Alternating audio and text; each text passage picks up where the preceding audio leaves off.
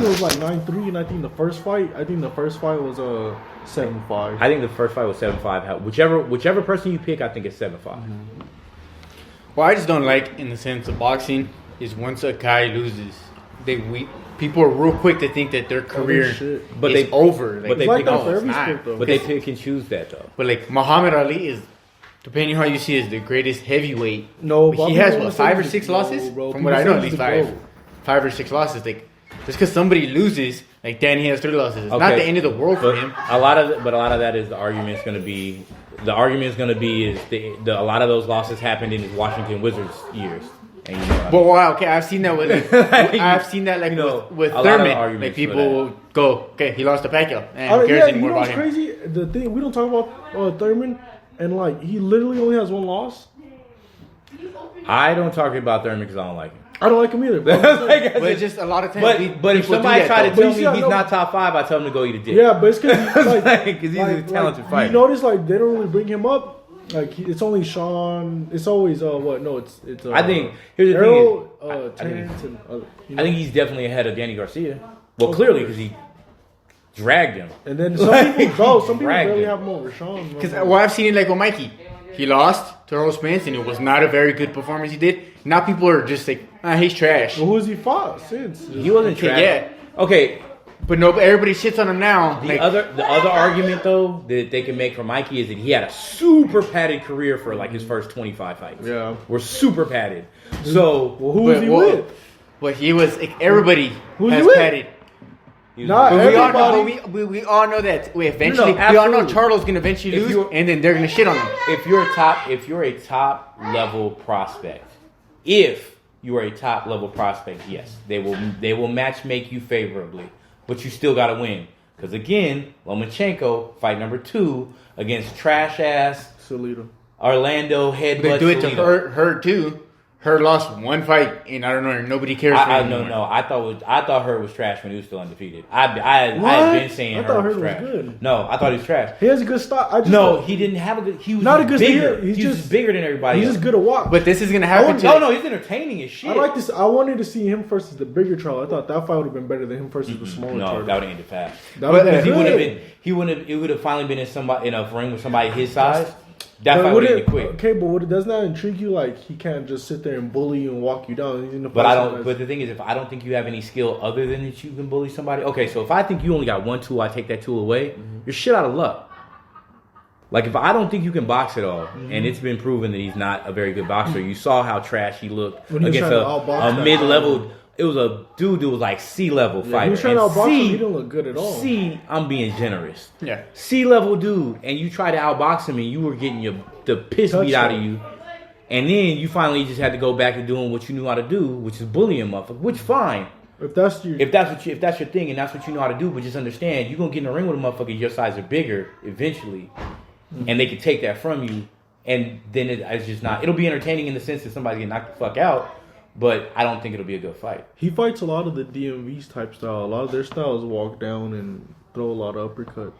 But if you think about it, his style is kind of like Mexican style, but athletic Mexican style. He's just big.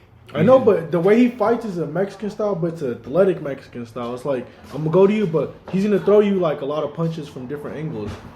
I just thought he was just big. He thought he was just big and just plotting. I never liked her as style. Who would have won against him against GGG? Who do you think wins Triple G. Now? Right now? Yeah. I think still Triple G. I think Triple G's a better boxer. Well, he's an Olympian. Triple G's a better boxer. That's it. And I don't even like Triple G like that. But I think he's just the more skilled fighter. Go back with the how he's created. I think that's gonna happen to Caleb Plant. I know you two think Caleb Plant's a really good fighter. I don't care for the dude. But eventually, when he loses, people are going to completely shit on him.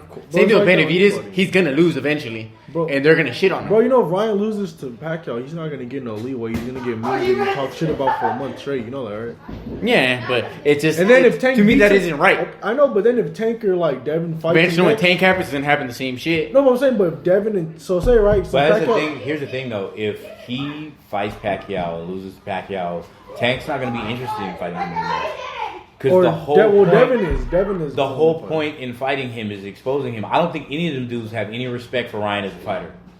I don't think any of them do. Like, dead I don't, like, just judging from what they've all said about him. Because they're not even, because it's one thing to be talking shit about another fighter, but, like, actually on the low, like, having respect for his skill set.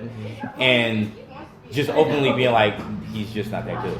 They say he's just like, just saying, like, he's just not that good. He's an Instagram thought. Like, he's not good. He's not a good fighter. Like, because they're not even, like, super mean about it. Somebody's glasses about to be broken. They're not even super mean about it. They're just like, it's just a matter of fact thing. It's like, nah, dude can't really fight like that. He just, it's not even, oh, fuck you. It's just like, nah, he's not very good. Hey, if he beats him, it's a big win right there, nigga. See where it takes takes him. him. He's too old. If he beats Pacquiao, you beat up an old ass man. Blah blah blah blah. Which hindsight's gonna look great on his resume. While I agree with the statement in and of itself, that's how I've always said boxing is built on disrespect and taking out the old. Yes, that's always how it's just another version right here. That's always every fighter does it. I would not fault Ryan for it, but he's definitely gonna get backlash for fighting the old man. And then especially not just that, it's just get accused of ducking everybody. Yeah, not just that, it's because he went on a whole tangent and fucking every interview after he lost. Sitting there yelling Tank's name, talking shit about Tank. I'm gonna knock him out. But this is a bigger fight than Tank. I understand that, but you can't go for a whole month fucking sitting there. Oh, yeah, you can, because that's the only way you're gonna get the attention from the black boxing fans. Is we don't give a fuck about you, like real talk. Yeah, I don't. Like, yeah, we don't like black boxing fans. Don't fuck. Content don't really pop up on my shit, bro. I'm be real. Like Golden Boy stuff doesn't really pop up on my stuff. Like you sign with Golden Boy. We clearly black boxing fans don't fuck with Golden Boy. You're fucking Oscar De La Hoya 2.0. That doesn't resonate with us. You spend more time on Instagram talking about like taking pictures in front of cars that belong to somebody else. Like nothing that you do is in any way appealing to us, and you keep fighting a bunch of motherfuckers we've never heard of. Like Luke Campbell, and when you finally do get in the ring with somebody we've heard of, that nigga put you on your ass and he's slower than Christmas. So yeah, no, we're not feeling it at all.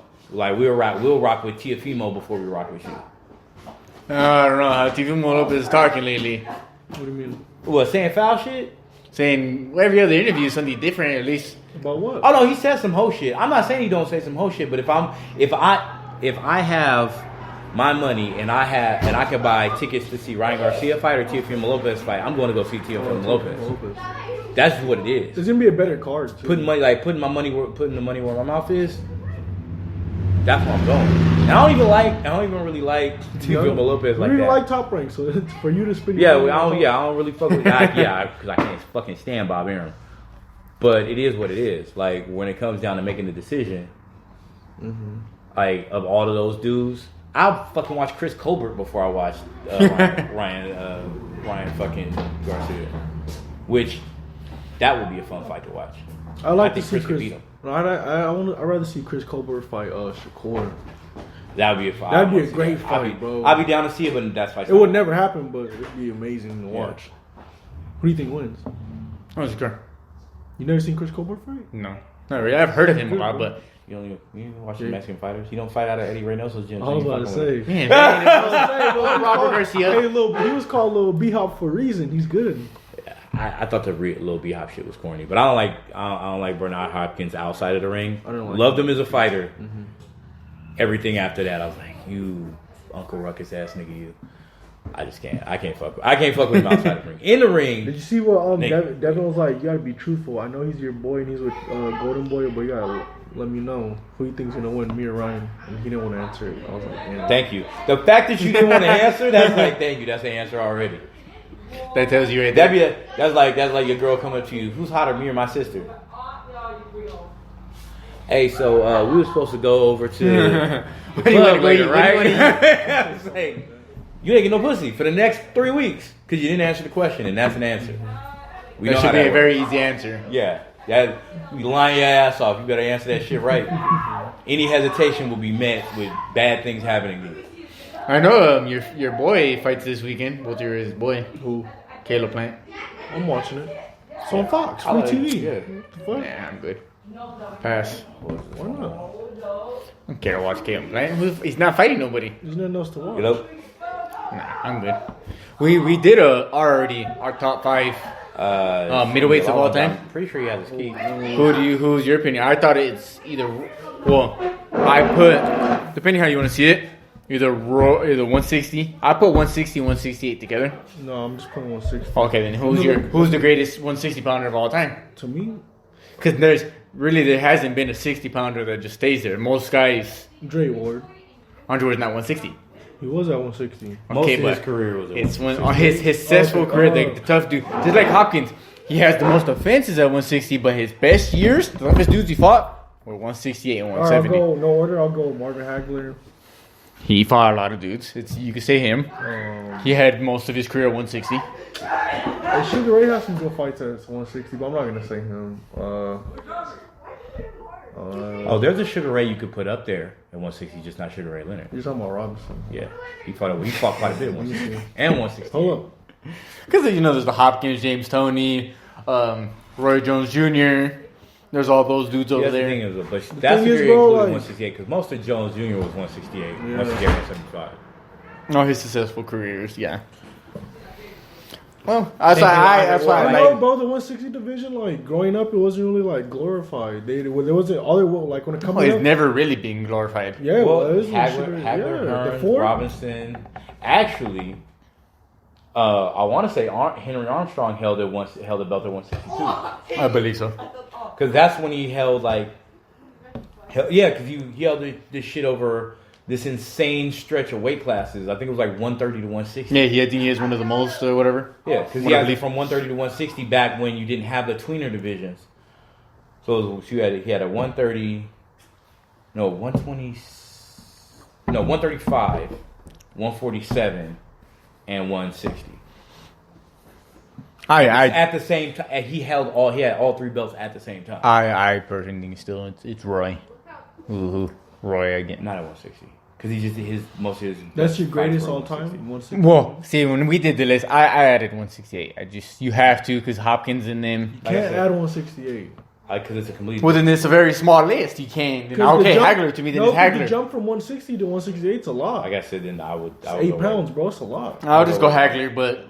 We did the 160, 168, and I put Roy, Andre Ward. Number one, I can say Ray Robinson. I've never watched him, so I can't say. There's still a lot of old fights. I think I did watch a lot of fucking.